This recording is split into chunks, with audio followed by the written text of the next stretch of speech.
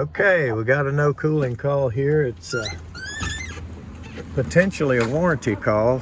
As we can see over there, there's one of our units as well as an existing unit. And our unit is not working. And boy, I tell you what. Here's another one of those cases where my guys must have not seen dryer vent right next to the unit. That's bad. Let's take a look up in here.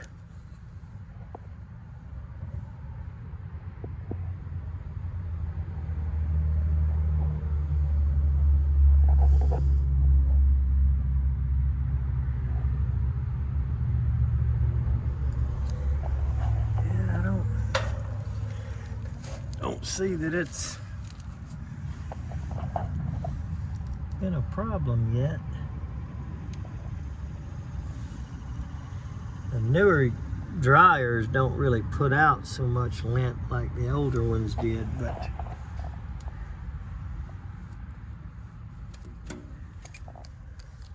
looks like that sticker got something behind it there, and we're gonna have a hard time getting that serial number. It's a good thing it's inside the unit. That is from back in 2018.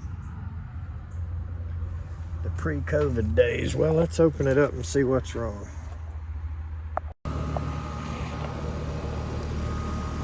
Well, it's pretty plain to see what this is going to be.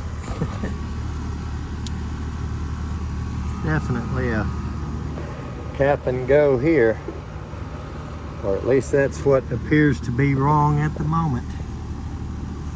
She is puffed up big time. Alright,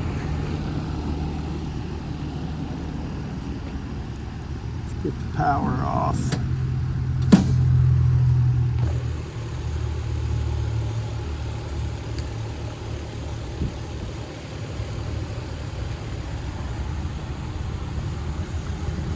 Looks like they had a permit here for something. I don't know what. And I don't know which AC this is going to be. All we can do is flip one off and try. All right, hopefully that was ours.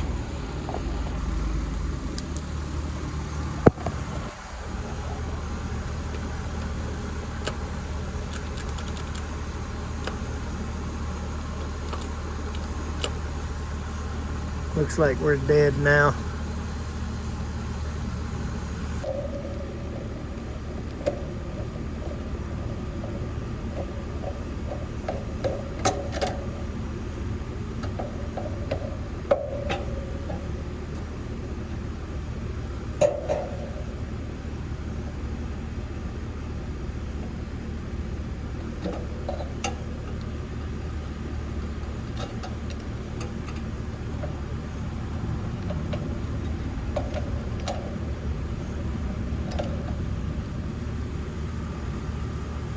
Boy, that one right there, now that's a doozy.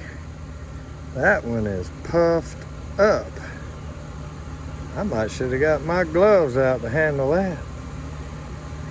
Well, let's get us a 35 by 5 and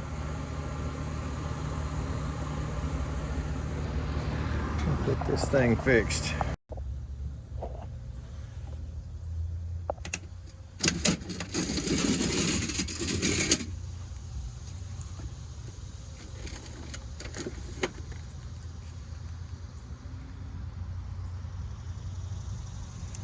There's one right there. And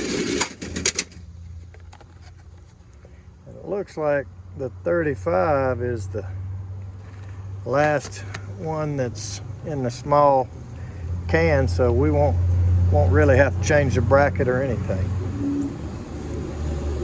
How about that?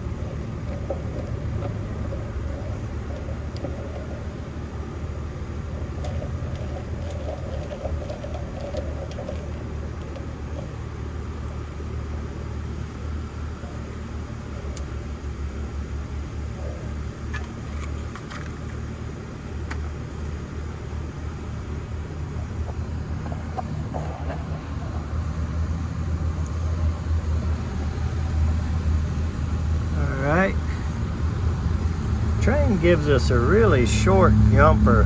That jumper right there for the common is really short with a Trane.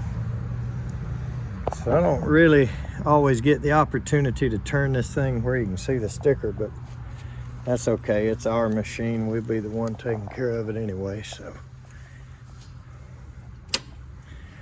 I'll give it a little test bump with the contactor before I have them turn it on, and then we'll make sure it's cooling well before we leave here. Some vines growing in it.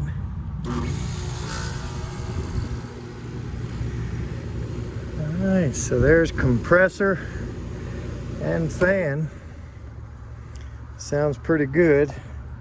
I'm gonna put the door back on it and have them turn it on, and we'll make sure everything's okay and we don't suspect any other stuff going on before we leave.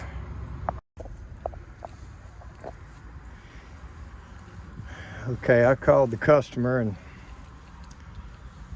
asked him to turn it on, and there it goes.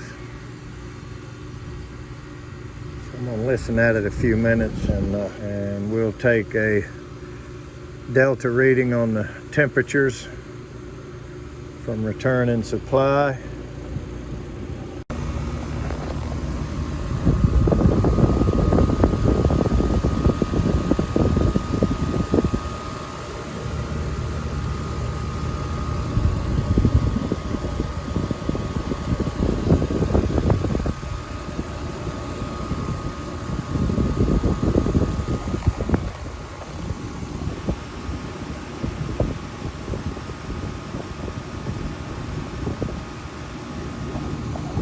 Looking pretty good.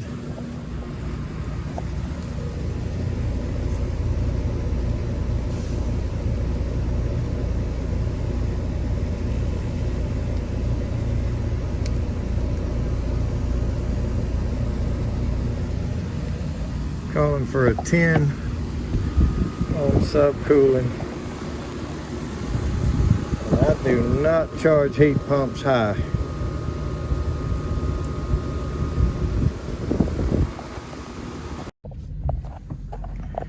Okay, so that's actually what we call a cap and go.